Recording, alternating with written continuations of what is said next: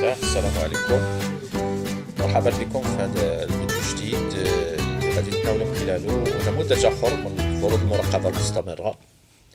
إذن على بركة الله نشوفوا la première partie, restitution des connaissances. Définissez les notions suivantes: glycolyse, faire pédonculer, chaîne respiratoire. Donc la glycolyse, c'est un ensemble de réactions qui se déroulent au niveau du hyaloplasme et qui ont pour but la production de deux acides pyruviques, 2 NADH, H+, 2 ATP à partir du glucose. La sphère pédonculeuse, c'est une protéine qui se trouve au niveau de la membrane interne de la mitochondrie. Elle contient l'enzyme appelée ATP synthase. La chaîne respiratoire, c'est un ensemble de protéines intégrées au niveau de la membrane interne de la mitochondrie. Elles sont chargées des réactions d'oxydoréduction et du pompage des protons depuis la matrice vers l'espace intermembranaire. Donc la deuxième question, compléter la réaction de formation de quoi? De l'acétylcoenzyme A. Donc عندنا في les réactifs NAD+, le coenzyme A, donc خاصنا l'acide pyruvique اللي هو CH3CO COH. Les produits عندنا l'acétylcoenzyme A خاصنا NADH H+, plus CO2. Donc on passe au QCM, question à choix multiples. La première question, lors de la contraction musculaire, on observe au niveau des sarcomères un raccourcissement des bandes claires. Donc 1B, صحيح. Donc 2, les filaments fins de la myofibrie sont formés de l'actine, la troponine, la tropomyosine. Donc C, de C, dans une cellule de muscle squelettique strié, les ions calcium sont stockés dans le réticulum sarcoplasmique à la fin de la contraction. Donc 3, D, il y a les صحيح. 4. La fatigue musculaire est caractérisée par la diminution de l'amplitude de la secousse musculaire et l'augmentation de sa durée. Donc 4, C. Donc on va aborder la deuxième partie, raisonnement scientifique et communication écrite graphique. Le premier exercice, le syndrome de neuropathie ataxie rétinite pigmentaire NARP se caractérise par un ensemble de symptômes tels que l'acidose. L'acidose, le pH sanguin du sang devient acide. Il est dû à l'accumulation de la concentration sanguine de l'acide lactique ou lactate. Et la fatigue musculaire. Afin d'expliquer l'origine de ces symptômes, on présente les données suivantes. Donnée numéro 1.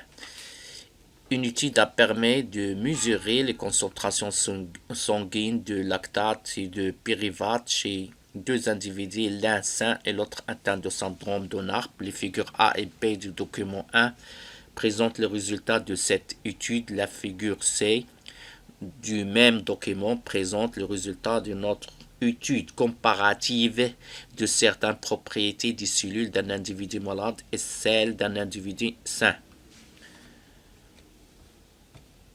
Donc la question, en exploitant les données du document 1. en exploitant, c'est-à-dire à partir من هاد les données ديال le document 1 غادي تلقى اش وغادي تستخرج من هذا الجواب الصحيح ديالك. اذا ما تفكرش بعيد في اش قريتي ولا شتي في القسم ولا في الملخص ديالك، كلشي كاين في الدوكيمون 1. اذا لا بروميير كيستيون كومباري، ما خصكش توقف عند كومباري. اش خاصك تكومباري؟ لو ريزولتا اوبتوني chez l'individu malade à ceux de l'individu sain. غادي نبداو بالindividu malade. On compare le résultat ديالو pour chaque cas. شحال عندنا هنا؟ عندنا 3 figures. إذا pour chaque cas نبداو بالنسبة ل figure 1. En ce qui concerne la concentration du pyruvate, il atteint 0,12 mmol par litre chez l'individu malade. Et de là, il dépasse largement la valeur atteinte chez l'individu sain qui ne dépasse pas 0,08 mmol par litre. On نديرو عارضة أخرى pour la concentration de lactate اللي هو l'acide lactique. Chez l'individu malade, on trouve 2,25 mmol par litres, alors que l'individu sain, sa valeur est faible, elle est de 1 millimole par litre.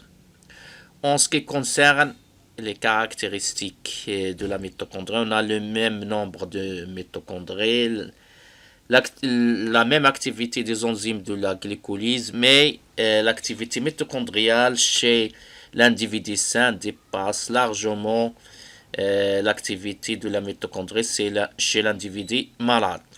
Donc la deuxième question, 1b, expliquer la valeur de la concentration du pyruvate et celle du lactate observée chez l'individu malade. Donc expliquer بما بغيتي تشرح ولكن اش اللي بغيتي تشرح لا فالور هاد القيم اللي حصلنا عليهم en ce qui concerne البيريفات واللاكتات علاش عنده هاد البيريفات واللاكتات عندهم واحد القيمه كبيره عنده اذا ومنين بغيتي تشرح ماشي من اللي قريتي من الوثائق اذا تنقلب على الوثيقه اللي فيها شي معلومه اللي غادي تفسر ليا علاش البيريفات واللاكتات مرتفعين اذا هنا هاد الوثيقه الاولى ما عندها ما تفسر عندنا البيريفات هو مرتفع نفس الشيء بالنسبه الوثيقه الثانيه اللاكتات اذا ما غاديش نقولوا راه مرتفع خيت مرتفع غادي نقولوا راه مرتفع علاش ما هو السبب تنجيو هنا اذا هذا الدوكيمون هو اللي بقى اذا هذا فيه الحل نقلبوا على الحل فينا هو عندنا لو نومبر ديال الميتوكوندري هو هذاك بينات لانديفيدي سان ولانديفيدي مرض اذا ما يمكنش نشرحوا انه ارتفع لاسيد بيريفيك لان عندهم نفس اش لو نومبر دو ميتوكوندري نشوفوا لاكتيفيتي دي زونزيم دو لا غليكوليز عندهم نفس لاكتيفيتي اذا ما يمكنش لنا هذا لو فيت يشرح لنا علاش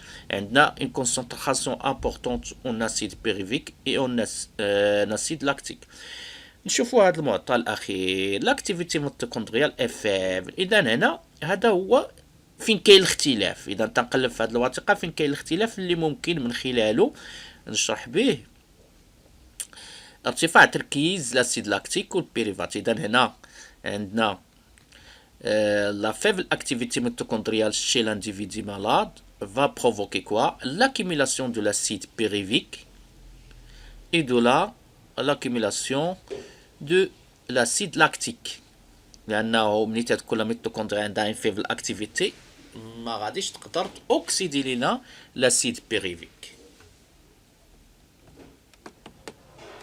Donnée numéro 2.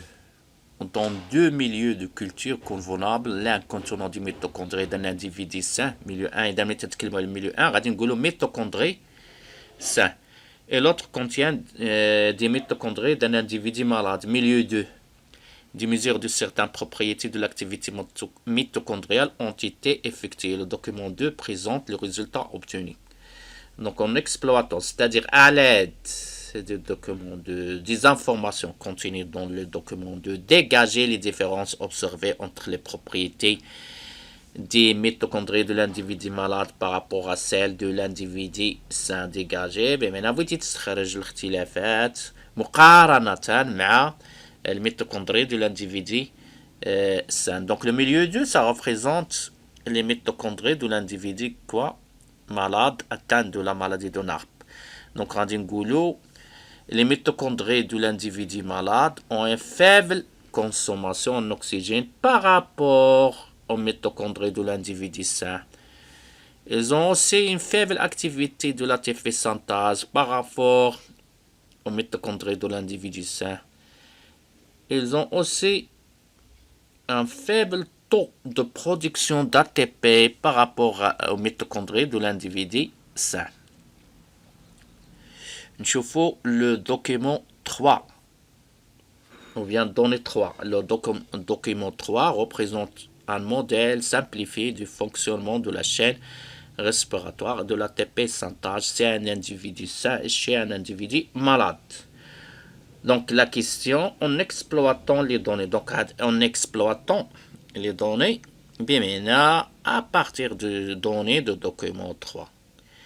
Expliquer quoi? Les résultats observés chez l'individu malade. إذن علاش l'individu malade عنده une faible activité ديال la mitochondrie حيت la concentration élevée de l'acide lactique et de l'acide pyruvique déjà شرحناها. إذن اش اللي بقى لنا بغينا نشرحو هنا بغينا نشرحو علاش عنده une faible activité ها هي باينه هنا Il a une faible activité de la mitochondrie parce qu'il a quoi? Un canal déformé au sein de la sphère pédonculaire vient de l'ATP synthase. L'ATP synthase contient un canal déformé. Donc la toute dernière question. En se basant sur les données précédentes et vos connaissances, montrez la relation entre les voies métaboliques de production d'énergie et les symptômes observés chez la personne atteinte d'un arbre. Donc, la personne atteinte d'un arbre, on a une faible activité mitochondriale, ce qui va pousser à quoi? À la fermentation, c'est-à-dire on aura un fort taux de quoi? De l'acide lactique.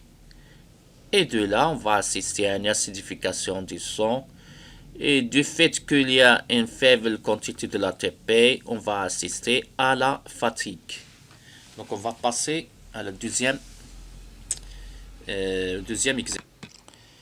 Lors d'un exercice bref et intense comme le sprint, la puissance musculaire développée est très importante. De ce fait, la régénération de l'ATP dépend d'un ensemble de réactions métaboliques. Afin de comprendre la relation entre ces réactions et l'approvisionnement de l'organisme en énergie chez un sprinter, on propose les données suivantes.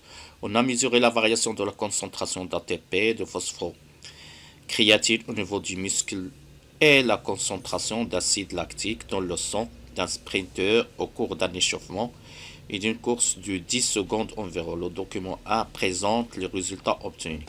Donc la première question, décrivez la variation de la concentration d'ATP, de phosphocréatine et d'acide lactique chez le sprinter. Puis proposez une explication concernant l'origine de l'ATP. منين جات هاد l'ATP؟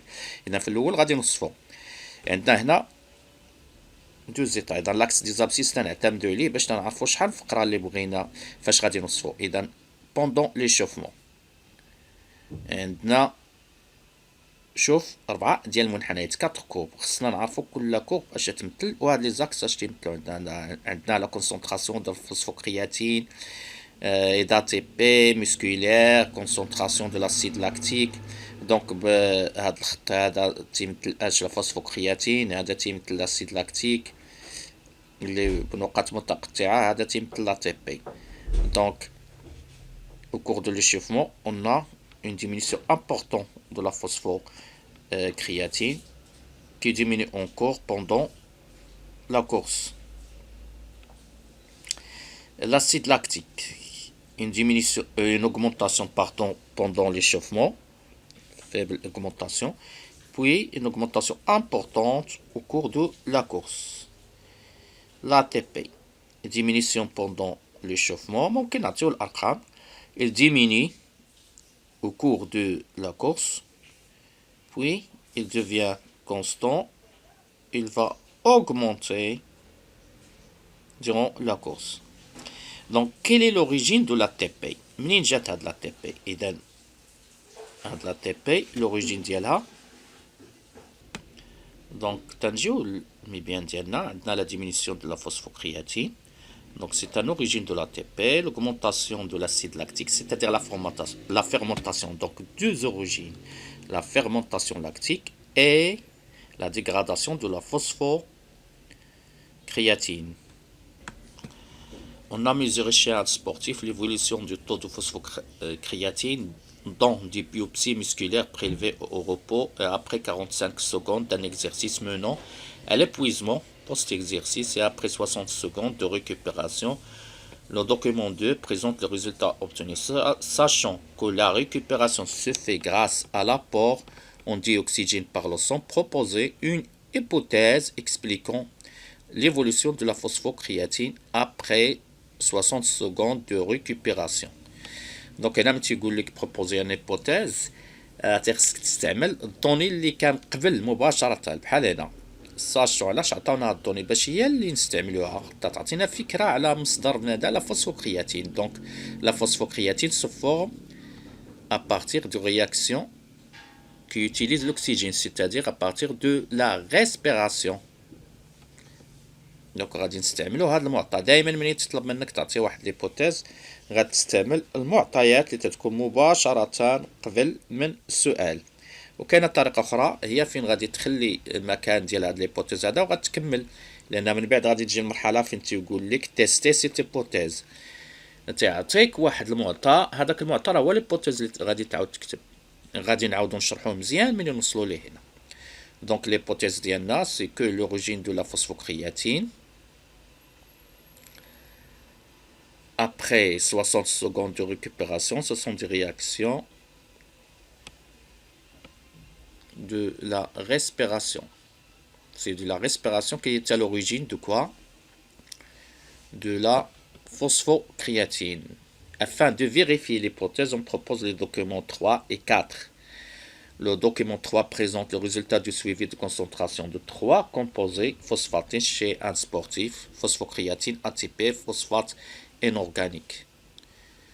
Avant un effort physique, lors d'un effort physique de courte durée et après récupération. Le donné 4 explique la relation entre l'ATP et la phosphocréatine. Donc, la question 3, quelles sont les informations à dégager du tableau de document 3? Donc, avant l'effort, la concentration était faible de phosphatine organique. Elle augmente pendant l'effort et diminue après récupération. L'ATP, elle reste constante. Pour la phosphocréatine, avant l'effort, elle était avec une concentration qui est forte. Elle devient moyenne pendant l'effort et redevient forte après récupération. Donc 4, vos réponses à la question 3. En exploitant les données de document 4, établissez la relation entre les variations de ces 3 composés phosphatés. Puis vérifiez l'hypothèse proposée en réponse à la question 2. Donc là, pendant la contraction, la contraction, il y a fièvre musculaire. Donc pendant quoi, la contraction, ou bien l'effort, ou bien l'exercice, on va assister à la dégradation de l'ATP et donc l'augmentation de la teneur du milieu en phosphate inorganique. L'ATP sera régénéré à travers l'hydrolyse de la phosphocréatine. Ce qui va expliquer quoi? Que la quantité d'ATP reste constante pendant l'exercice. Donc احنا وصفنا وجاوبنا على العلاقة اللي كاينة ما بين الفوسفاتين اورغانيك، لا تي بي، الفوسفوكرياتين لا تي بي. ننتقلوا للمجال الاخر هنا. Donc la créatine, au cours de la phase de récupération, elle va se former aux dépens de l'ATP formé par la mitochondrie, c'est-à-dire l'ATP qui est issu à partir des réactions de la respiration. Au-delà, notre hypothèse est vérifiée. إذا هنا رجعنا للhypothèse ديالنا أنه مصدر الكرياتين هذا هو l'ATP ou bien les réactions de la respiration. إذا ندوزو الآن باش نشوفو التصحيح.